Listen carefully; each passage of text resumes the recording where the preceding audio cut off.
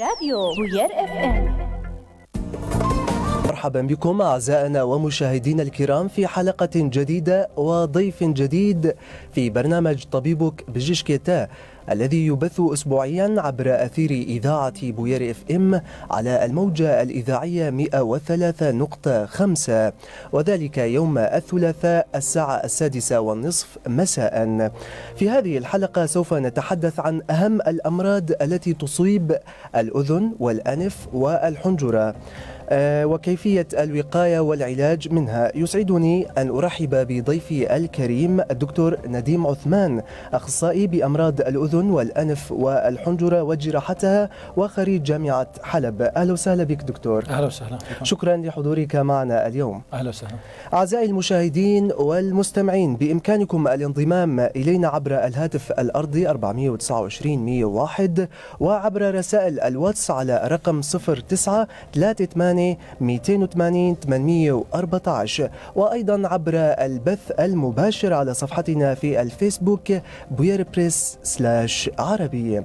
بداية دكتور، ما هي أهم الأمراض الشائعة التي تصيب الأذن والأنف والحنجرة؟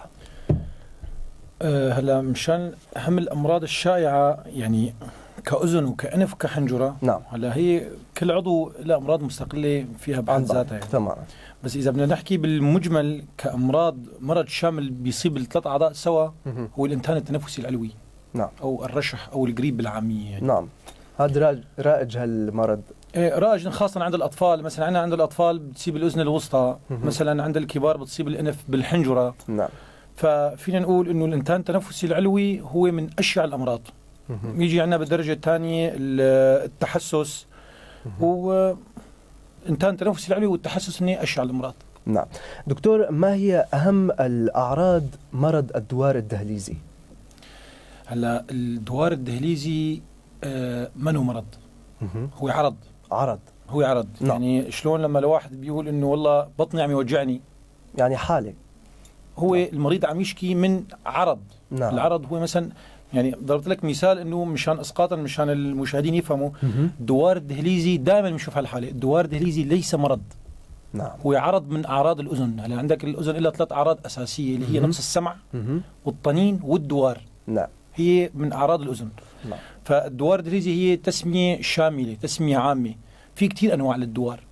في دوار من مصدر أذني، في دوار من مصدر غير أذني، في عندك الدوار من مصدر أذني نفسه له عدة أشكال.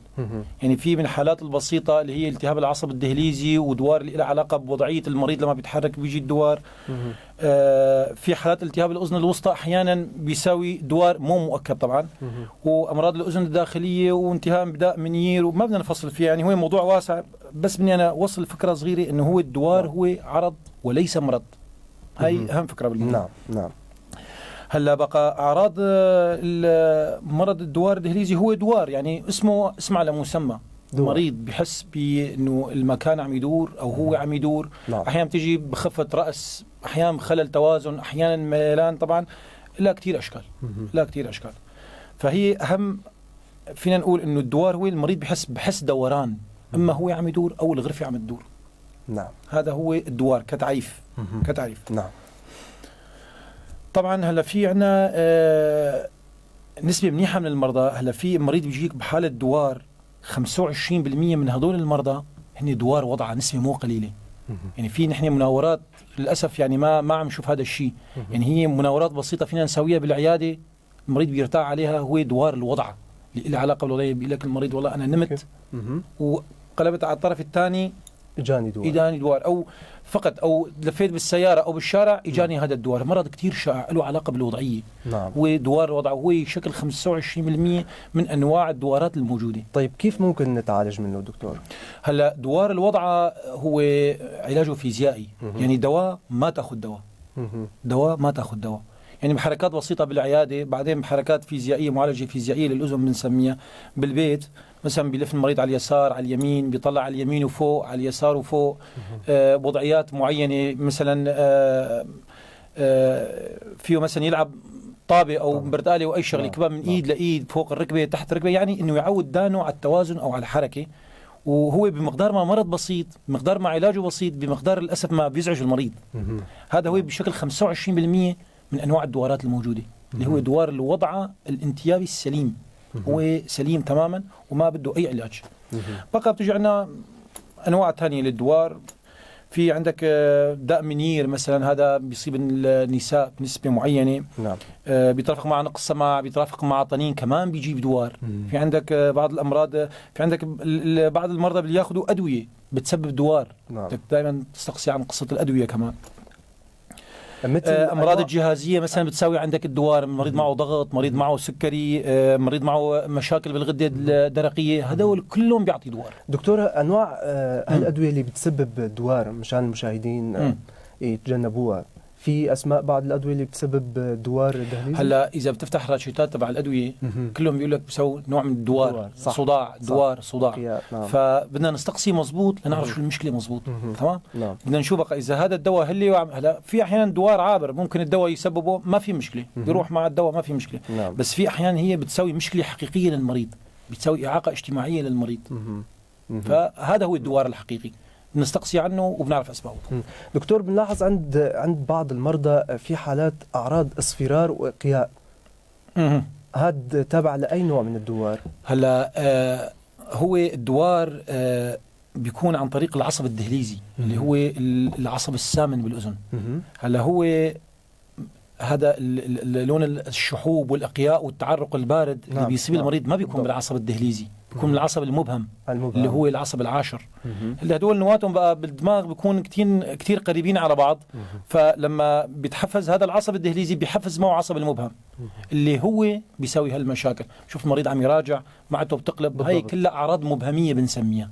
فهن بيوقف الدوار، أعراض المبهمية بتوقف لحالها. نعم. دكتور، هل لالتهاب الأذن الوسطى علاقة بالدوار الدهليزي؟ هلا التهاب الأذن الوسطى وعلاقته بالدوار الدهليزي، صراحة أنا دورت ما لقيت إنه في أي ترابط بيناتهم. ما في أي ترابط بيناتهم، لا يوجد علاقة بين ما في أي دليل. نعم. ما في أي إيفيدنس إنه علاقة بين التهاب الأذن الوسطى والدوار. هلا ممكن بعض أمراض الأذن الوسطى اختلاطاتها مستقبلا تؤدي لدوار. يعني مثلا نعم. في عنا أحيانا التهاب الأذن الوسطى بيدخل بمرحلة الإزمان، بيساوي ثقب، نعم. بيساوي فيه التهاب. هذا الالتهاب بلش يأكل من العظم، ممكن يوصل للأذن الداخلية اللي هي ممكن بعدين مستقبلا تساوي الدوار. نعم. تمام. نعم. بس بشكل مباشر إنه في علاقة بيناتهم، لا، ما في أي علاقة بيناتهم. لا يوجد علاقة بين التهاب الأذن الوسطى والدوار؟ أبدا ما في علاقة بين الدوار والتهاب الأذن الوسطى. طيب. علاقتها المباشرة مع الأذن الداخلية مع أمراض الجهازية الثانية. نعم. دكتور، ما هي أعراض الجيوب الأنفية؟ هلا الجيوب الأنفية، هلا في بس بعض المصطلحات الشعبية هيك معلش نصحها. هلا بيجي لك مريض بيقول لي معي جيوب. أنا هلا الجيوب أنا قصدهم لما بيجي لك مريض بيقول لي معي جيوب هو معه وترة، هو انحراف بالوترة. بيقول لك المريض معي جيوب. الجيوب هن عبارة عن بكل بساطة هي عبارة عن كرات من الهواء داخل الجمجمة. في عندك الجيبين الفكيين، في عندك الجيبين الغرباليين، في عندك الجيبين الجبهيين، وفي عندك الجيبين الوتديين. وبعض الجيوب الغربالية بين الأنف والدماغ، هدول هن الجيوب، مناطق مهواة تخفف الجمجمة، تلعب دور بتعديل الصوت. في كتير نظريات، منهم بيقولوا انه تلعب دور بتعديل الصوت، في ما بيقولوا انه بتخفف من وزن الجمجمة. فهلا هدول هن الجيوب الأنفية، هدول هن الجيوب الأنفية. هدول بس صار فيهم التهاب. شو تعرف التهاب الجيوب؟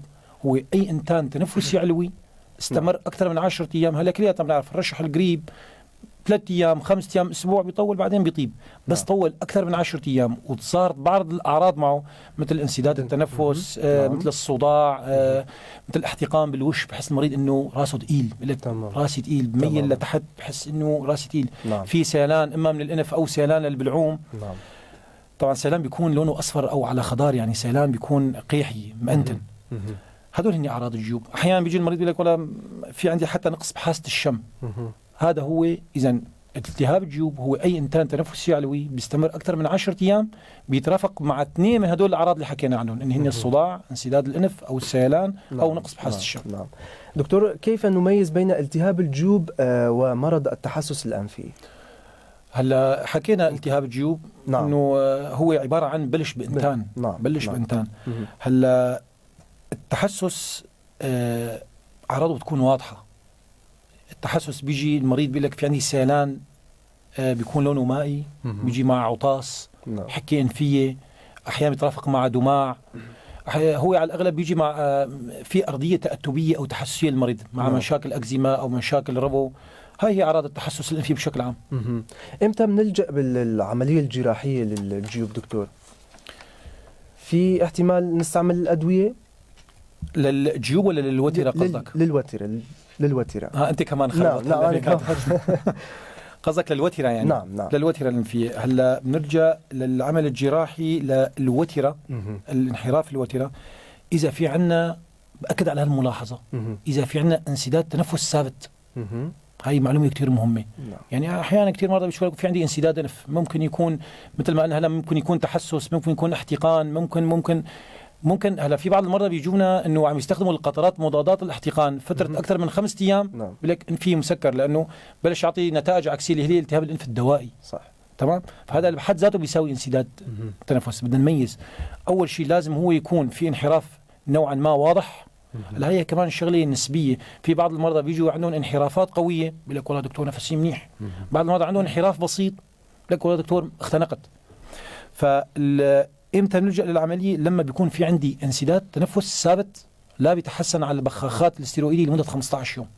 يعني نحن دائما حتى المريض بيجيني معه انحراف بالوتيره وشايف ميلان، طول بالي عليه، بعطيه بخاخ اسبوعين ما طاب، معناته هذا بالفعل انسداد تنفس ثابت بيحتاج لعمل جراحي. طبعا في اعراض نادره كمان، احيانا بيجي لك المريض انه مثلا عنده صداع او عنده رعاف، يعني احيانا اعراض ما بتكون واضحه 100%. تمام. في حالات دكتور المرضى عم يقولوا ما استفدنا من العمل الجراحي للوترة، يعني لساتني مثل قبل. تمام. انا كنت بدي احكي هالملاحظه سبقتني.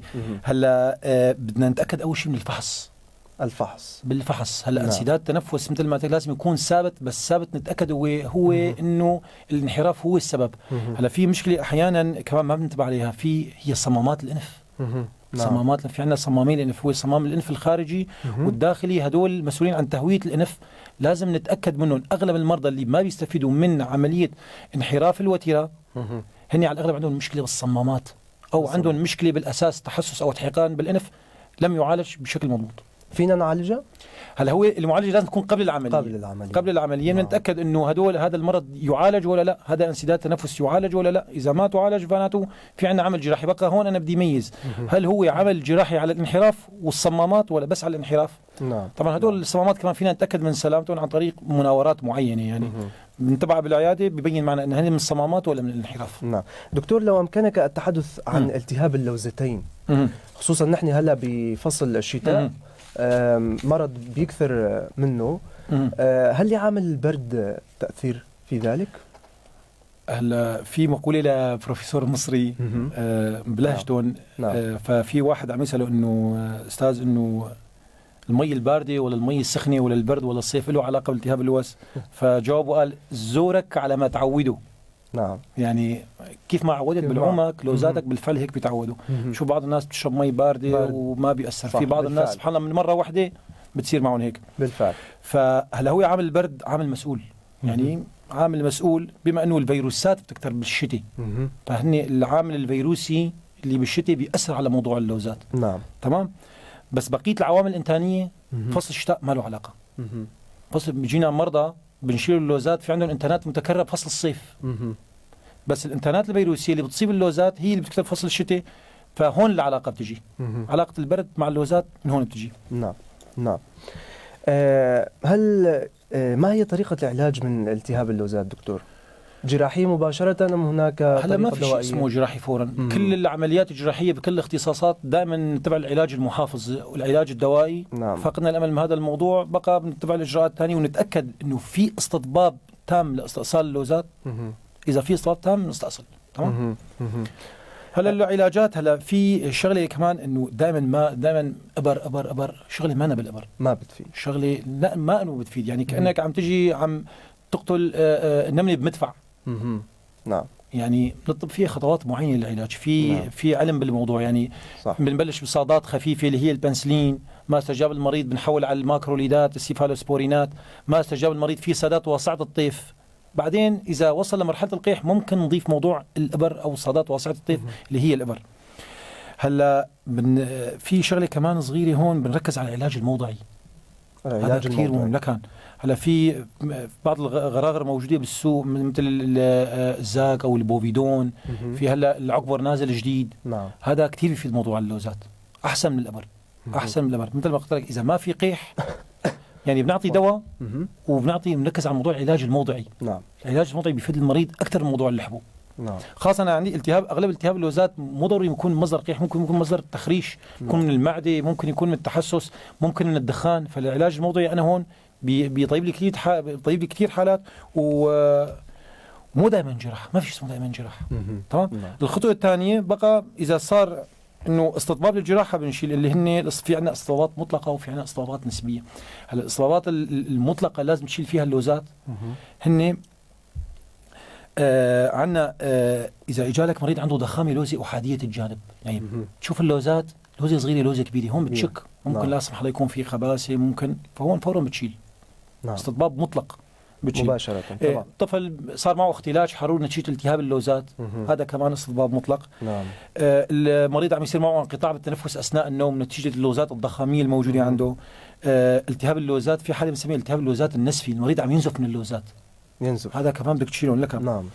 هلا في اصابات نسبيه اللي هي الاشعه الموجوده، بيجي لك مريض عنده التهاب لوزات متكرر 5-6 مرات بالسنه بدك تشيلهم. في عندك خراجات حول اللوزه، في التهاب اللوزات المعند اللي ما بيستجيب على الادويه. احيانا بيجي المريض عنده في حاله بنسميها تحصي باللوزات، بتشوف مثل بقع بيض تعطي رائحه كريهه. نعم. هذا كمان استطباب انه نشيل اللوزات. نعم.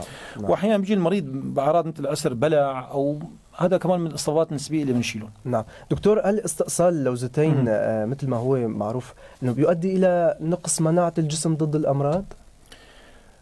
هلا استئصال اللوزتين انه يأسرع. هلا هن في كثير اباء عم يقولوا ما بدنا نشيل لوزات ابني لانه بيؤدي الى نقص المناعه. هلا هن اللوزات شغلهم من 4 سنين ل10 سنوات. يعني هن بيفيدوا الطفل من عمر 4 سنوات لعمر 10 سنوات. 10 سنوات هون الإفادة العظمى. نعم. بعد 10 سنوات يعني فائدة ضئيلة. نحن بمرحلة البلوغ صار نعم. الجسم قوي، فيه يدافع عن حاله بجهازه المناعي. نعم. يعني صار عندنا لوزات خط ثاني. نعم. تمام. نعم. بس حتى بهذا العمر إذا شفنا نحن الأمراضية، يعني هون الخطر أو الأمراضية أكثر من الإفادة، كمان بنشيله. نعم. كمان بنشيله. تمام. دكتور، في عنا سؤال من الأخ أبو كنان عم يسأل: دكتور، أجريت لابني عملية جيوب قبل 2 انحراف وتراية. نعم انحراف وتراية. أيوة. عمره 22 سنة. بعد العملية ببضعة أيام أصبح يصدر صفيرا من أنفه. أخذته للدكتور، فقال أنه الطبيب المعالج بأن أثناء العملية قد ثقب الغضروف. تمام. نعم، بين المنخارين، وقال أنه ليس له علاج. كيف ممكن؟ شو بتقول؟ هلا هي إحدى اختلاطات. هلا أي عمل جراحي له اختلاطات. نعم. هلا من هاي الاختلاطات إنه يصير عندك بعد العمل الجراحي إنه تسقب الغشاء المخاطي بالطرفين بمنطقتين متقابلتين، بيصير عندك بتخف التروية بهالمنطقة، بيصير عندك ثقب. فهذا الثقب لما المريض ياخذ شهيق وزفير بيعطي صفير. الهواء عم يمر من ممر ضيق بيعطي صفير. نعم. هلا هون إنه له حل ما له حل، هذا حسب حجمه.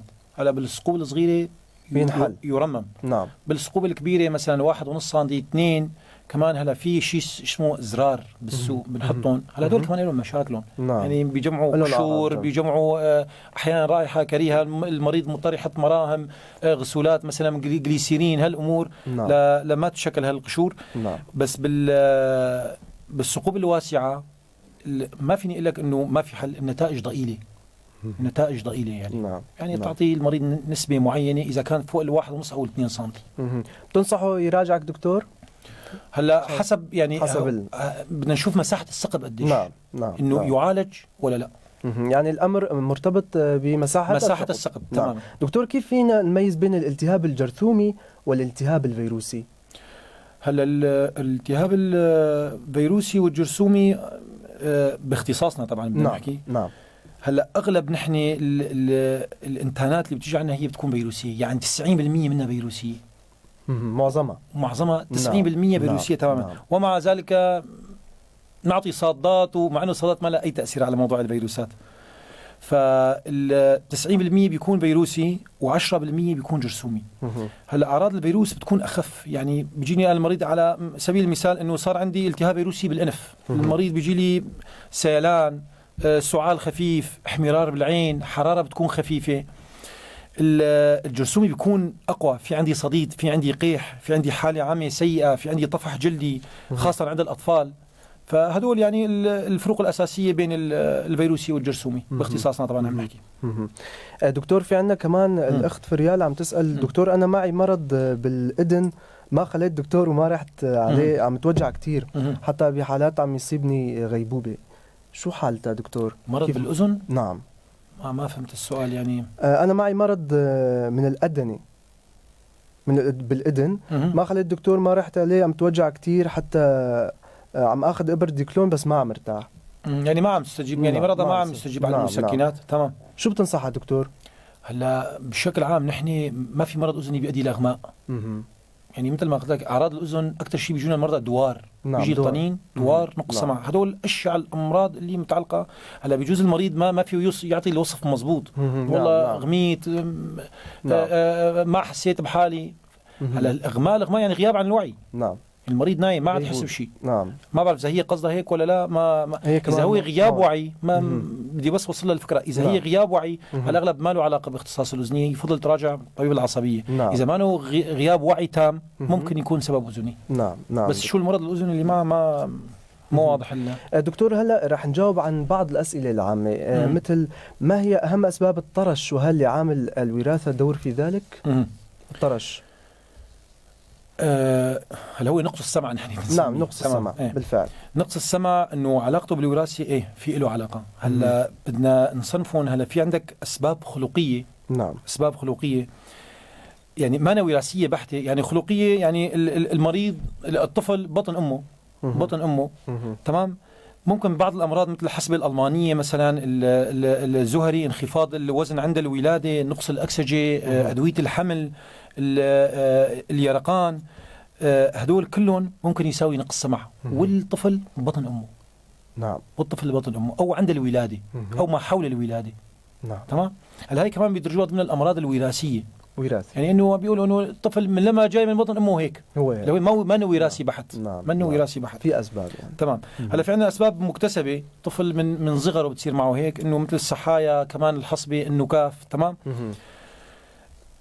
بس اذا بدنا نحكي بالوراثه اللي هي المتلازمات، يعني اللي لها علاقه. هلا هذا هو جواب سؤالك تماما، بس انا حبيت اوضح هدول كمان لانه الشعب بدك توصل الفكره بطريقه انه يفهمها كمان. بس الوراثيه البحته اللي هي بتجي من مورثات الام والاب، هدول هن اللي بنسميهم متلازمات. نعم. في بعضهم مرتبطه بالجنس، يعني بتجي من الاب او من الام. في بعضهم غير مرتبطه بالجنس، ممكن من تلاقي المورثات تطلع بالطفل يعني. نعم. نعم. طبعا هدول لهم اسماء كثيره وهدول لحالهم بحر يعني. نعم. هلا في بعض الامراض كمان لهم ارضيه وراثيه، بعض الدراسات اثبت انه لهم ارضيه وراثيه بتؤدي الى نقص سمع وليس طرش تام، نقص سمع مثل تصلب الركابه وداء منير، هدول لهم ارضيه وراثيه. دكتور نقص السمع او الطرش عند حديثي الولاده الاطفال، كيف ممكن نكتشف انه هذا الطفل معه طرش؟ هلا صار باوروبا هلا ودول الحديثه عم يسووا للاطفال مسح شامل.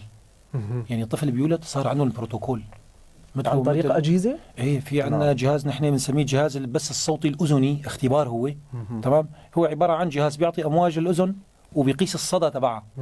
اذا اجى الصدى تبعها معناته الطفل مبدئيا انه عم يسمع.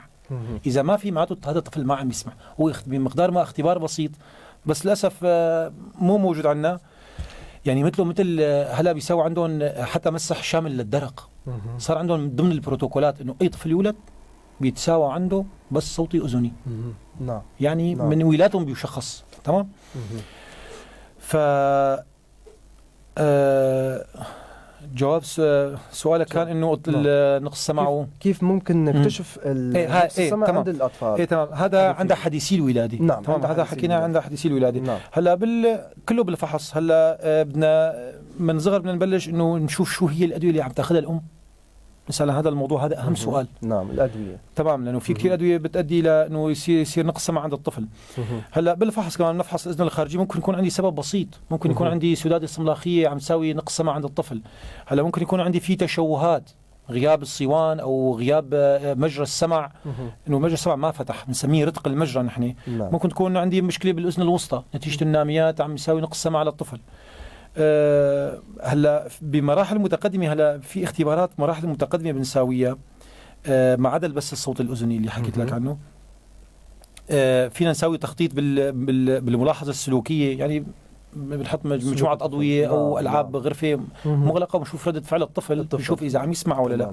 في بالتعزيز البصري، في باللعب المشروط، في تخطيط السمع الكلامي، هدول كلهم بمراحل متقدمة بقى فينا نشخصها. دكتور هلا مشان الأدوية في هلا أن الملاريا نادر، بس أدوية المضادة للملاريا هي من الأدوية اللي عم تساوي نقص سمع.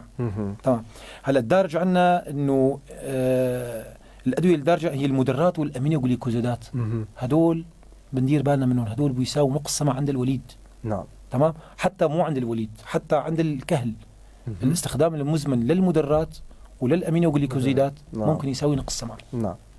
دكتور في عنا الأخت هيفا عندها سؤال. أنا صار معي مرض السعال الديكي وفقد صوتي بالمرض، بعدها شفيت والحمد لله، بس بعدين عم تجيني حالات كل سنة تقرحات وتخرشات بالعوم واللوزات كل أول شتوية. شو سبب هذا الشيء دكتور؟ هلا هي قصدها بالعوم. نعم. عم تنزعج بالعوم، ما اللوزات، عم تنزعج بالعوم. هلا إذا هاي القصة عم تتكرر معها ممكن يكون شغلة تخريشية. نعم. هلا في نسبة منيحة كمان من الأمراض الشائعة جدا جدا اللي هو القلس المعي المريئي. يعني أنا الحمد لله معدي عندي عم يطلع لفوق، عم يخرش لي الحنجرة. نعم. عم يخرش لي الحنجرة، عم يساوي عندي سعال، ممكن ما حتى بجوز ما كان عندها سعال ديكي، يعني عم يخرش لي الحنجرة وعم يخرش لي البلعوم، بيساوي عندي بحث صوت، بيساوي عندي سعال، بيساوي عندي ألم بالبلعوم. قديش عمرها هي؟ ولا ما ذكرت عمرها بصراحة، بس يمكن هي مولاد مبين. نعم. هلا إذا بالغة كهلة على الأغلب تكون قلس معي مريء. يعني العمر له دور؟ إذا كان العمر له دور. نعم. يعني هلا أعراض القلس المعي المريء عند الأطفال نادر. وإذا كان مثلا بالغة كهلة مثلا ممكن يكون القلس سبب قوي لهذا الموضوع. نعم. دكتور، عمليات التجميل أصبحت شائعة في الوقت الحاضر، فما تأثير ذلك على حاسة الشم في المدى البعيد؟ وهل لها أعراض جانبية؟ هلا العمليات تجميل الأنف ما لها أي علاقة بحاسة الشم. ما لها أي علاقة بحاسة الشم. لا علاقة لها. ما لها أي علاقة بحاسة الشم. ما عم تأثر لأنه أنا عندي المستقبلات الشمية بتكون فوق، يعني بتكون منطقة بعيدة عن المنطقة اللي عم نشتغل عليها تجميل. نعم. تمام. فهلا هي ممكن تساوي مشاكل بالتنفس، بس إنه مشكلة إنه على مراكز الشم أو على مستقبلات الشم لا.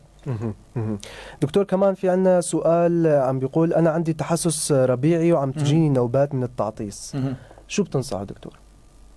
هلا الوقاية ثم الوقاية ثم الوقاية. نعم. هذا أهم شيء.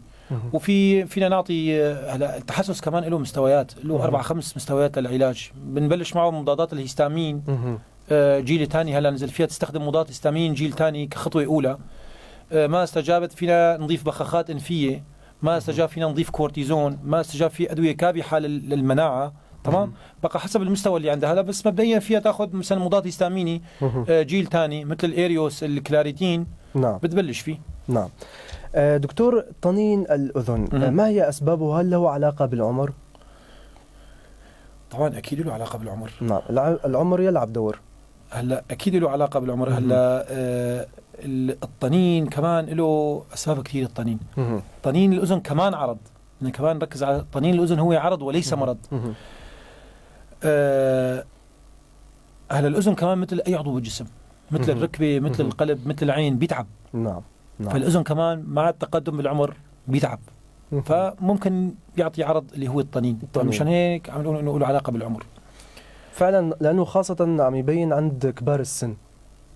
هلا كبار بالسن ممكن يجي معه مو بسبب العمر كحد ذاته. هلا في بعض المشاكل المرافقه المريض، عم مثلا اغلب الكبار بالعمر عم عندهم مشاكل قلبيه، عم ياخذوا مميعات مثل الاسبرين ممكن يساوي طنين. ممكن متعرضين لصوت قوي نتيجه التعرض المزمن للصوت بحكم العمر ممكن يساوي طنين.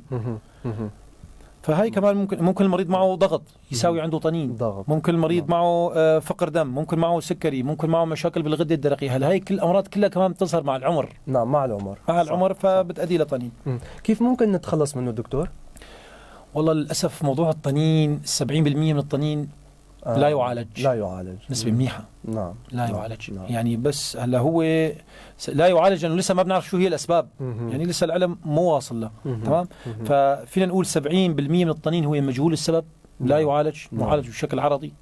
موسعات أوعية بنعطي، مثلا بنعطي فيتامينات، بنعطي أدوية عشبية معينة، على وعسى أنه 30% يستجيب على هدول الأدوية، و30% بالفعل في أسباب حقيقية ممكن أنه نعالجها. نعم. دكتور، الأخت هيفا عم تقول أنا عمري 30 وماني متزوجة.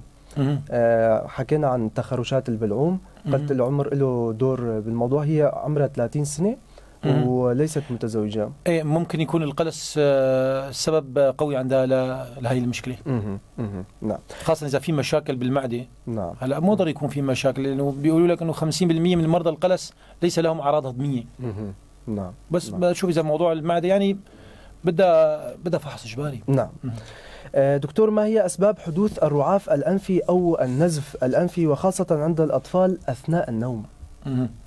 هلا بشكل عام عند الأطفال أغلى هو النكش، تخريش الأنف عند الأطفال.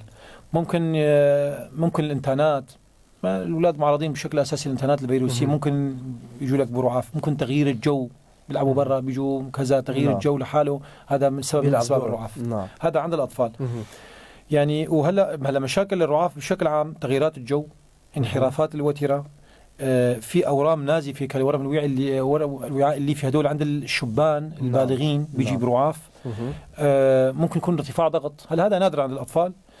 هلا ممكن عند الصغار إذا ما لقينا مشاكل بالفحص، يعني ما في نكش، ما في قصة أنتان، ما في قصة حساسية، ما في قصة تغيير جو، ممكن المشكلة الدموية تتظاهر بالرعاف. مشكلة الدموية تتظاهر بالرعاف، يعني أمراض مثل الناعور، اللوكيميا لا سمح الله تجي بأعراض الرعاف. فإذا ما لقينا سبب حقيقي ممكن نطلب استقصاءات دموية لنشوف شو القصة. دكتور، كمان في عنا سؤال عم بيقول بدي حل احتقان الأنف، عمرها 24 سنة. يعني قد ما أخذت دواء بيصير معي احتقان، يعني ما عم يتعالج. هلا ما بعرف إذا هي حكينا هلا عن موضوع القطرات تبع مضادات الاحتقان. يمكن ما عم تفيد. هلا هي إذا عم تاخذ أكثر من 5 أيام ممكن هلا بلشت عم تعطي مفعول عكسي. فإذا عم تاخذ أكثر من 5 أيام إذا أخذت مضاد احتقان ممكن هو يكون السبب. هلا مبدئيا العلاج الأساسي خليها تاخذ بخاخات سيرومية هجومية. بخاخات سيروم مالح موجودة. نعم. تجي جاهزة هي بالصيدلية. نعم. هو اسم بخاخ سيروم مالح. نعم. يعني سيروب في كثير أنواع موجودة. تاخذها، وممكن تاخذ بخاخ ستيرويد مثل الراينوكورد 15 يوم شهر. ما صار تحسن بقى لنفحص إجباري. كمان في عنا سؤال من الأخت روزا عم بتقول ممكن أسأل الدكتور إلى أي مدى ممكن تأثر سماعات الأذن عند الاستماع للموسيقى سلبيا على الأذن، خصوصا نحن بزمن التكنولوجيا، عصر التكنولوجيا والسماعات. تمام. هلا السماعات بتأثر إذا صار في استخدام مزمن لها. مزمن لك مش استخدام مزمن. هون بيأثر عندي. يعني الساعات الطويلة حتى لو كان الصوت خفيف، الساعات الطويلة والأيام الطويلة حتى لو كان الصوت خفيف على المدى البعيد تظهر نتائجها شوي شوي. نعم. يعني ينصح قدر الإمكان إنه تقليل من استخدام السماعات حتى لو كان الصوت والتقنين قدر الإمكان. نعم. دكتور، رح نحكي عن الناميات الأنفية. ما هي أسبابها وطرق علاجها؟ هلا الناميات الأنفية، الناميات شو هي الناميات؟ كمان الناميات الأنفية. هلا كمان عم يخلطوا بين الناميات. هو عبارة عن نسيج لمفاوي. نعم. متوضع بين الأنف والبلعوم. هدول هن نسيج الناميات. هو نسيج لمفاوي مثل نفس اللوزات بس بين الأنف والبلعوم. نعم. تمام. لأنه عم يخلطوا بينه وبين القرينات اللي هي موجودة بالأنف. نعم. في قرينات وفي ناميات. هلا أسباب الناميات في لها أسباب كثيرة. هلا أغلب الأسباب تكون إنتانية. تمام. هلا الناميات تكون موجودة من الولادة وبلش بتراجع بعمر 10 إلى 14 سنة. بعدها نادرا ما بتلاقي عند المريض ناميات أو التهاب الناميات، لأنه الناميات هون بتصغر بلش تضمحل حتى جوف الأنف بحكم إنه المريض عم يقترب من عمر البلوغ، بلش جوف الأنف والفم بيتوسع فما بتظهر أعراض الناميات كثير. تمام. هلا أغلب الأسباب هي أسباب التهابية. أسباب التهابية. أغلب أسباب الناميات 99% من أسباب التهاب الناميات هي التهابية، فيروسية كانت أو جرثومية. نعم.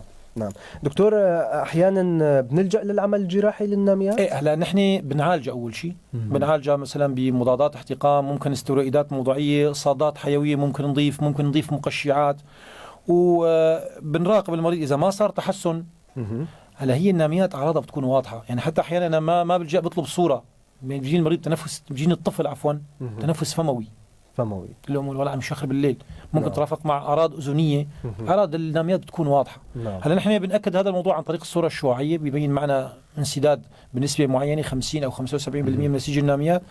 وقتها نحن اذا ما استجاب على علاج دوائي وصار عم يعيق الطفل بالنوم وبالتركيز وبلش تعطي اختلاطات للاذن كذا، فوقتها نحن بنرجع للعمل الجراحي. في احتماليه انه ترجع بعد العمل الجراحي؟ هلا اذا صار تجريف مزبوط ما بتعود، ما في احتمال، ما بتعود، لا. نعم دكتور، ما هي اسباب تاخر النطق عند بعض الاطفال؟ هلا تاخر النطق عند الاطفال، هلا في كثير اسباب. ممكن تكون اسباب سمعيه العلاقه باختصاص الاذن والانف والحنجره، ممكن تكون عصبيه، نعم، ممكن تكون فيزيولوجيه، ممكن تكون اجتماعيه، ممكن تكون وراثيه، الى موضوع تاخر النطق موضوع واسع جدا جدا. نعم. هلا نحن الشيء المتعلق باختصاصنا بيصير انا عندي اي طفل انا بيجيني معه تاخر بالنطق، فورا انا بتاكد من الاذن ومن الاذن فورا. نعم. لانه عندي طفل مثل سماعه التليفون، نعم، اذا ما سمع ما بيحكي، اذا ما تعلم الحكي من دانه ما بيحكي، صح. فانا فورا هون بلش باختبارات ماسحه للسمع، بتاكد اذا سمعه مزبوط، واذا ما في شيء بالسمع وقتها بحوله على اختصاص ثاني. في احيانا البعض بيلجأ الى عمل جراحي بسيط تحت اللسان ثم يبدأ بالكلام. ايه هذا هو لجام اللسان بنسميه، احيانا بتكون متسمك او عريض، فنحن وقتها بنلجأ انه بعمل جراحي بسيط بالعياده، يعني نعم، يحرر سنة. هذا الموضوع حتى بيأثر على موضوع البلع. دكتور، هل التهاب اللوزات المتكرر يؤدي إلى حدوث أروماتيزم إذا لم يتم استئصال اللوزتين؟ ضل معنا وقت مو 5 دقائق. 5 دقائق. نعم. هذا السؤال كتير مهم، تركت لي إياه آخر شيء. نعم. مرض التهاب اللوزات من اختلاطاتها ممكن أنا يصير معي الروماتيزم، اللي هي نحن نسميها نحن الحمى الرسوية. الروماتيزم بين قوسين علميا هي الحمى الرسوية. نعم. هي من اختلاطات التهاب اللوزات.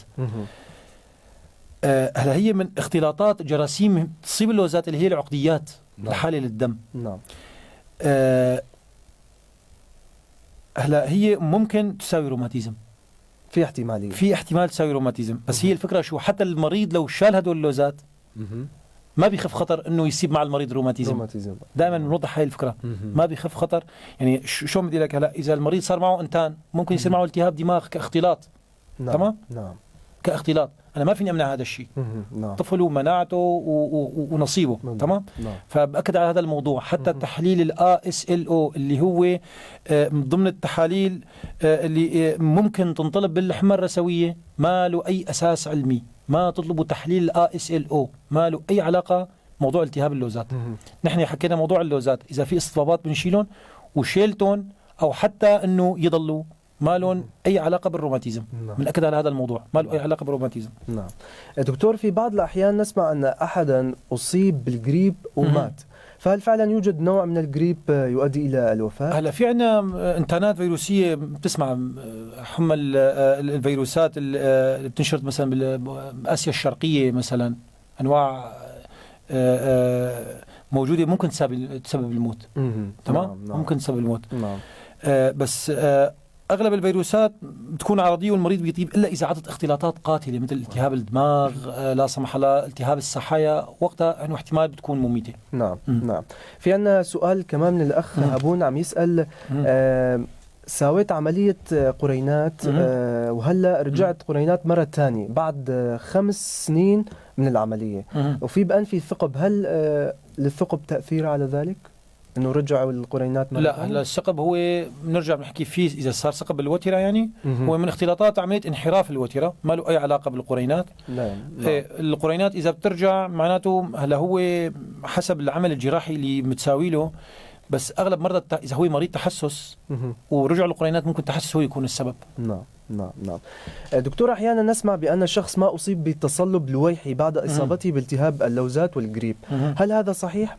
وما هي أسباب ذلك؟ هلا التصلب اللويحي تعريفه بشكل سريع هو زوال مادة النخاعين، المادة بتغطي العصب. بس المادة هاي راحت تمام بصير عندي مرض اسمه التصلب اللويحي. نعم. فبيجيني المرض أنا بتلف قدرة الجهاز العصبي على أداء مهامه. هذا كتعريف بسيط. هو التصلب اللويحي موضوع كتير واسع. نعم. بس هو كأسباب ممكن أنا تكون عندي أسباب وراثية، ممكن تكون أسباب إنتانية، ممكن تكون أسباب إنتانية أو إنتانية بتسبب عندي مرض التصلب اللويحي. دكتور، في حال أصيب الإنسان بالتصلب اللويحي يمكن أن يشفى منه بشكل تام؟ والله هلا هي بشكل عام يقول لك التصلب اللويحي لا يوجد له علاج. لا يوجد له. لا يوجد. هو بعيد عن موضوع اختصاصنا شوي، بس بشكل عام يعني ما له علاج، فقط العلاج تلطيفي أثناء النوبات. والنتائج أفضل عند النساء. والمريض هو نصيبه. دكتور، ضل عنا آخر سؤال. أيوة. ما هي أسباب حدوث الالتهابات الفطرية بالأذن؟ هلا أهم أسباب هي الرطوبة. الفطر بيحب الرطوبة. شوف دائما إذا في خبز عندك رطب شوي بالبيت نعم بيصير معه فطر. نعم. هو الفطر فيه رطوبة بعيش، ما في رطوبة ما بعيش. تمام. هلا نحن أحيانا بنرجع للكحول نحقنه فولا بتموت هالرطوبة، بعدين بنعطي القطرات المضادة للفطور. تمام. فبشكل عام بتشوفها بالمناطق الساحلية أو المناطق الرطبة الاستوائية الفطر بيكون شائع. نعم. كيف ممكن نتعالج منه دكتور؟ هلا علاجه بسيط، بنعطي قطرات، علاجه موضعي، بنعطي قطرات الأذن وعلى فترات جلسات تنظيف، وبعدين بنعطي علاج لمدة 2 أو 4 أسابيع، علاج موضعي نكمل بالقطرات للوقاية إنه هذا الفطر ما يرجع. وبننصح المرضى إنه بشكل عام حماية الأذن من الماء أو من الرطوبة، نوعية شغل المريض حسب جو اللي عايش فيه، إنه قدر الإمكان الحماية من الرطوبة. ألف شكر دكتور. لا يسعني في نهاية هذه الحلقة سوى أن أشكر ضيفي الكريم الدكتور نديم عثمان، أخصائي بأمراض الأذن والأنف والحنجرة وجراحتها وخريج جامعة حلب، على تواجده معنا. شكرا. وجزيل الشكر لكم أعزائنا المشاهدين والمستمعين، على أمل أن نلقاكم بخير وعافية في الأسبوع المقبل إن شاء الله. تحية لطاقم العمل علاء حسو وشيرين تيلو. من هنا إلى حلقة مقبلة، أنا محمد عيسى أحييكم وفي أمان الله.